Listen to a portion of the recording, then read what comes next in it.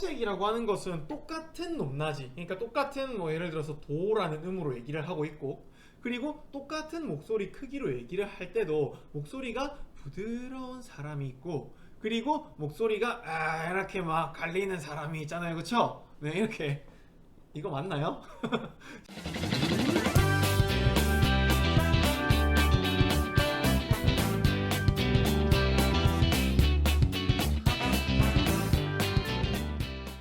네, 안녕하세요. 과학 맛집의 민영쌤입니다. 오늘도 맛있는 과학 수업 한번 진행해 보도록 하겠습니다.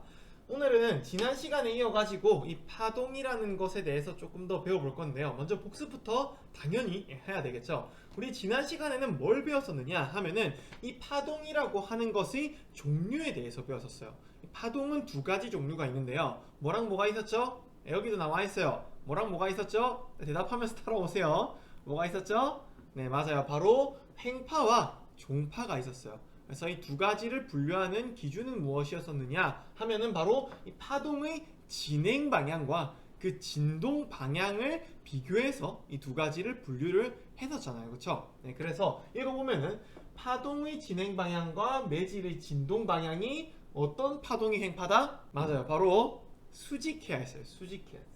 수직한 파동이어야 됐었죠. 그쵸? 자, 그리고 그 다음에 뭐 당연히 이제 종파 같은 경우에는 파동의 진행 방향과 매질의 진동 방향이 나란한 파동이 되겠죠. 근데 사실 요렇게만 딱 적어 놓으면은 이 여러분들이 요게 뭔 말인지 딱 바로 안 온단 말이에요. 그래서 선생님이 뭘 들었었냐 하면 바로 예를 들었었어요. 그리고 이 그림을 통해 가지고 설명을 했었는데요. 자, 이 횡파는 어떻게 그릴 수 있었느냐 하면은 요렇게 그릴 수 있었죠. 이런 식으로, 네, 이 그림으로 표현하면은 요렇게 되는 식으로. 아예 잘 그렸다. 자, 그 다음에 종파 같은 경우에는 어떤 식으로 그림으로 나타났느냐 하면은 용수철을 이렇게 한 거라 했죠, 그쵸? 네, 횡파는 용수철을 이렇게 줄렁줄렁 하는 거였고, 그 다음에 종파는 얘를 이렇게 하는 거라 했었죠, 그쵸? 그래서 그림으로 표현하면은 용수철이 빽빽했다가 널널했다가 빽빽했다가 널널했다가 빽빽했다가 이런 식으로 생겨 먹었었죠, 그쵸? 네, 그래서 요것이 종파다. 종파는 일자로만 보였다. 뭐 이렇게 얘기를 했었어요. 그리고 대표적인 예시까지만 복습해 볼까요? 횡파의 가장 대표적인 예시 뭐 있다 했어요? 뭐 있다 했어요? 펑 하는 거. 뭐 있다 했어요? 세 글자로 대답하면서 따라오세요. 뭐였죠? 맞아요, 바로 물결파였죠, 그쵸? 대답했는지 모르겠네. 사실 그런 거 좀 있어요. 막 이거 선생님이 대답하면서 따라오세요 하는데도 뭐 이렇게 하는 친구들 있으면은 안 돼요. 아시겠죠? 대답하면서 따라와야 돼요. 횡파의 가장 대표적인 예시가 뭐가 있다? 바로 물결파가 있다 라고 말씀을 드렸었죠. 그쵸? 자, 그리고 이 종파의 예시가 굉장히 중요하다고 제가 지난 시간에 말씀을 드렸었는데요. 이건 너무 중요하다 했어요. 종파의 예시 뭐가 있다 했었어요? 종파의 예시는 바로 뭐였어요? 빨리 대답해. 음파가 있었죠, 그쵸? 음파, 우리가 이렇게 말하는 소리, 음파 아시겠죠? 그래서 이 소리가 가장 대표적인 종파다라고 보시면 될 것 같아요. 그래서 여기까지 복습은 마무리하도록 하고요. 오늘은 도대체 어떤 내용들에 대해서 배울 것이냐 하면은 아까 너무나도 중요하다고 강조드렸던 이 음파 있죠, 음파. 이 음파에 대해서 오늘은 한번 배워보도록 할 겁니다. 그래서 다양한 소리 단원이고요. 이 음파의 정확하게 어떤 면들에 대해서 배울 거냐 하면은 예를 들면 이런 거예요. 소리가 클 때의 음파랑 소리가 작을 때의 음파가 서로 어떻게 다른가, 뭐 이런 내용들에 대해서 한번 배워볼 거예요. 그래서 자세한 내용들은 수업을 하면서 좀 배워보도록 할 건데요. 오늘 내용을 하기 전에 여러분들이 가장 먼저 알아야 될 이 주의사항이 있어요. 주의사항이 뭐냐면 선생님이 지난 시간에 음파는 종파라고 했어요, 횡파라고 했어요? 종파예요, 횡파예요? 음파는 종파라고 말씀을 드렸죠. 이렇게 가는 종파라고 말씀드렸죠. 근데 이번 시간에는 음파를 횡파로 그림을 그려볼 거예요. 그러니까 여러분들이 뭐 자세하게 알 필요는 없는데 이 위상자라고 하는 것이 있거든요. 그래서 이 위상자라는 것을 이용을 하면은 종파를 횡파로 표현을 하는 게 가능해요. 그러니까 왜 이거를 그렇게 표현을 하냐 하면은 여러분들한테 종파를 그림으로 표현하면 어떤 식으로 그려지냐면은 종파를 그림으로 표현하면 이렇게 생겼어요. 보이는 게 없어. 왜냐면은 파동이 이렇게 가니까. 그러니까는 그래프로 표현을 할 수가 없는 거예요. 그래서 이러한 종파를 횡파의 형태로 바꾸어 가지고 관찰을 한다는 얘기예요. 무슨 말인지 알겠죠? 여기도 나와있죠? 편의상 소리를 횡파로 바꾸어서 공부를 해볼 거다. 근데 여러분들이 주의해야 될 점은 표현만 횡파로 하는 것이지 소리는 종파가 맞다 라는 거. 요거 그러니까 왜 이걸 강조하냐면은 여러분들한테 이거를 잘 설명을 안 하고 그냥 막 수업을 하잖아요. 그러면은 여러분들이 나중에 이 소리는 횡파야 이렇게 생각을 해버릴까봐, 그래서 쌤이 미리 주의사항을 좀 알려드리는 거예요. 자, 그러면은 이제 본격적인 수업을 할 준비가 다 끝났는데요. 가장 먼저 이 소리의 크기를 결정하는 거, 그러니까 소리가 클 때의 음파랑 소리가 작을 때의 음파가 어떻게 다른가 하고 봤더니, 소리가 클 때의 음파를 그려보면은 이런 식으로 생겼어요. 그리고 소리가 작을 때의 음파를 그려보면 어떻게 되어 있냐 하면은, 소리가 작을 때의 음파는 이런 식으로 생겼어요. 그래서 얘가 소리가 클 때, 얘가 소리가 클 때고 얘가 소리가 작을 때다 라고 볼 수 있는데요. 소리가 클 때와 작을 때는 파동이 어떻게 다르죠? 뭐가 다르죠? 뭐가 다르다? 대답하면서 따라오세요. 얼른 대답하세요. 뭐죠? 뭐가 다른 거죠? 소리가 작을 때와 소리가 클 때의 파동이 뭐가 차이가 나는 거다? 바로 진폭이 다른 거다. 네, 그래서 소리의 크기를 결정하는 것은 바로 진폭이다.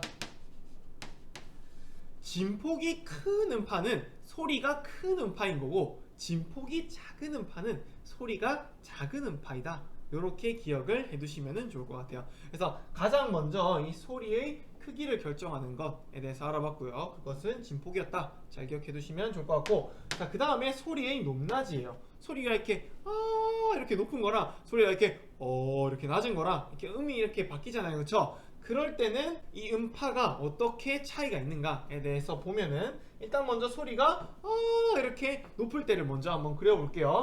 소리가 높을 때의 파동을 그려보면은, 소리가 높을 때의 파동은 이렇게 생겼어요. 자, 그리고 소리가 낮을 때, 낮을 때의 파동은 어떻게 생겼느냐 하면은, 그림으로 표현하면은 이렇게 생겼어요. 이렇게. 근데 이 두 가지는 지금 뭐가 달라요? 지난 시간에 배웠던 바에 따르면은, 지지난 시간이구나. 아무튼 지지난 시간에 배웠던 것에 따르면은 소리 파동의 형태를 딱 봤을 때 뭐가 다르다? 파장이 다르죠. 그쵸? 파장이 달라요. 그쵸? 얘는 여기에 파장이고 얘는 파장이 이렇게 길겠죠. 그쵸? 파장이 다른데, 여러분들이 여기서 한 가지 주의해야 될 점, 파장이 다른 것도 맞는데 파장이 다르다 라고 답하는 건 좋은 답변이 아니에요. 정확하게 말하면 뭐라고 답하는 게 좋은 거냐면은, 진동수가 다르다 라고 얘기하는 것이 조금 더 좋은 답변이 될 수 있을 것 같아요. 왜, 그 이유에 대해서는 고등학교에 올라가서 배우도록 할게요. 왜 그러냐면은 이 파동의 속도와 관련된 내용이 조금 나와야 되는데, 그냥 이 부분에 대해서 조금 더 이해하기 쉽도록 설명을 하자면은, 얘 같은 경우에는 진동수가 많다고 얘기할 수 있는 게 왜 그런 거냐면, 얘가 다다다다다다다다 이렇게 진동하고 있는 거잖아요.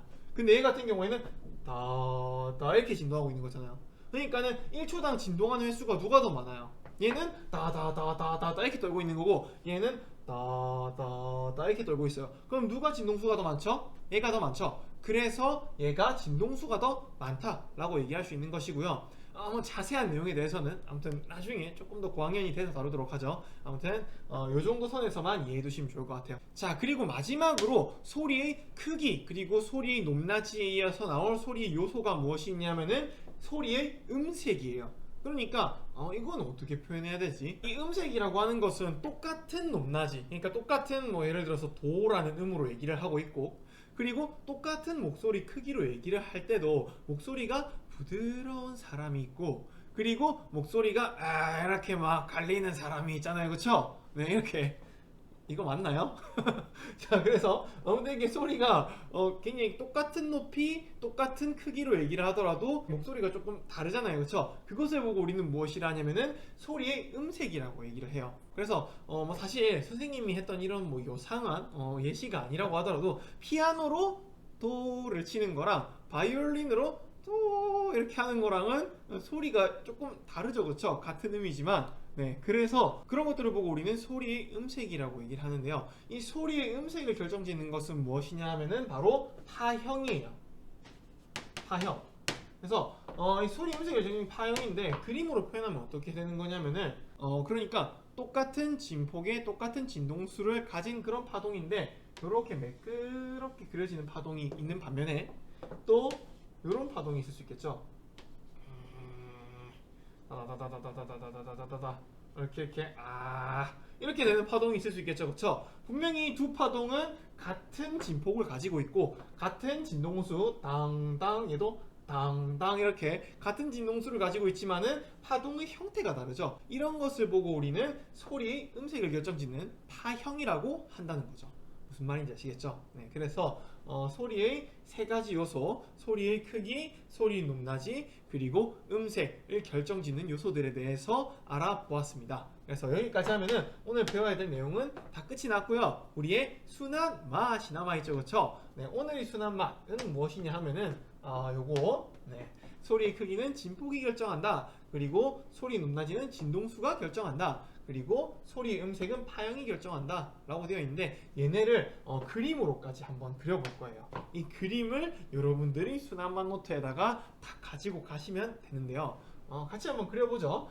일단 먼저 소리가 큰 소리가 있으면은 큰 소리 같은 경우에는 진폭이 어떻다? 큰 소리는 진폭이 크다 작다? 크다라고 얘기했었죠. 그쵸? 그래서 그림으로 표현하면은 요렇게 된다. 근데 소리가 작은 경우에는 파동을 그리게 되면은 이렇게 진폭이 작게 그려진다 라는 거 잘 기억해 두시고요. 자, 그 다음에 소리의 높낮이는 뭐가 결정한다? 진동수가 결정한다 라고 해서 높은 소리는 얘가 이렇게 진동 이렇게 그려졌었고요. 자, 그 다음에 소리가 낮은 소리는 얘가 진동 이렇게 그려진다고 얘기를 했었죠. 자, 그래서 이렇게 볼 수 있는 것이고요. 그 다음 마지막으로 음색은 파형이 결정한다라고 했는데 요거는 굳이 그림으로 안 그릴게요. 그냥 파형이 결정한다 라는 사실만 잘 가지고 가세요. 거친 소리라고 해서 무조건 막 이렇게 되는 것도 아니거든요. 그래서 오늘 순한 맛은 요 정도로 딱 정리해가지고 여러분들의 소중한 순한맛 노트에다가 가지고 가시면 될 것 같고요. 그리고 오늘은 지난 시간에 없었는데 이번 시간에는 민영쌤의 시식 코너가 하나 있습니다. 하나. 자, 그러면 문제 한번 읽어보도록 할게요. 첫 번째 코너에서 소리의 크기가 점점 작아지는 경우 이 파동의 형태가 어떻게 될지 횡파의 형태로 그려보자 라고 되어 있죠. 그러니까 이 소리의 크기가 점점 작아진다고 했잖아요. 그러면은 소리 뭐가 작아져야 돼요? 소리의 크기랑 관련된 요소가 뭐였죠? 음파의 뭐가 작아져야 돼요? 파동 요소들 중에서 진폭이 작아져야 되죠. 그래서 소리의 크기가 점점 작아지는 경우라는 것은 음파의 진폭이 점점 작아지는 경우를 의미한단 말이에요. 무슨 말인지 이해되시죠? 네, 그래서 그곳을 여러분들이 이 횡파의 형태로 그리시면 되는데 라인을 이런 식으로 딱 잡아두고 그 다음에 여기 위에다가 여러분들 횡파의 형태로 소리 진폭이 점점 작아지는 형태로 되면은 그래프가 어떻게 될지 정지 버튼 딱 누르고 지금 한번 풀어보세요. 어떻게 될지 지금 먼저 풀어봐야 돼요. 쌤 제발 부탁입니다. 자, 먼저 정지 버튼 누르고 먼저 풀어보세요. 얼른. 자, 풀었다고 생각하고 저는 해설할게요. 자, 어떻게 되냐 하면은 소리의 크기가 점점 작아진다는 것은 진폭이 점점 작아진다는 것을 의미하니까는 정답은 뭐냐면 이렇게 되는 거예요. 이렇게 소리의 진폭이 점점 작아지고 있죠, 그렇죠? 네, 그래서 실제로 소리가 점점 이렇게 작아지는 음파의 형태를 보면은 이런 식으로 생겼다고 합니다. 물론 횡파로 바꾸어서 표현했을 때 말이죠. 소리는 실제로는 종파예요. 오늘 수업 이렇게 했다 해가지고 막 나중에 수업 때 맞아 음파는 이렇게 횡파 형태로 그렸으니까 음파는 횡파일 거야 이렇게 생각하시면은 안 된다는 얘기예요. 아시겠죠? 자, 그래서 여기까지 하면 오늘 수업도 끝이 났습니다. 우리 이 영광의 화면을 함께하고 있는 여러분들 정말로 고생 많으셨고요. 이번 수업까지 해가지고 우리 빛과 파동 대단원이 완전히 또 끝이 났어요. 사실 막 그렇게 많은 내용을 다루진 않았었는데 선생님이 최대한 여러분들이 이 지루하지 않을 수 있도록 핵심만 쏙쏙 뽑아가지고 수업을 해서 그런 거고요. 그러니까 뭐 최소한 선생님이 했던 내용들 있잖아요. 그런 내용들은 정말 그 중에서도 핵심만 뽑은 거니까는 꼭 잘 가지고 가셨으면 좋겠습니다. 무슨 말인지 아시겠죠? 네. 그러면은 오늘 수업 여기까지 하도록 하고 저는 다음 시간에 보다 재미있는 수업으로 찾아오도록 하겠습니다. 네, 저는 과학 맛집의 민영쌤이었고요. 다음 시간에 볼게요. 안녕.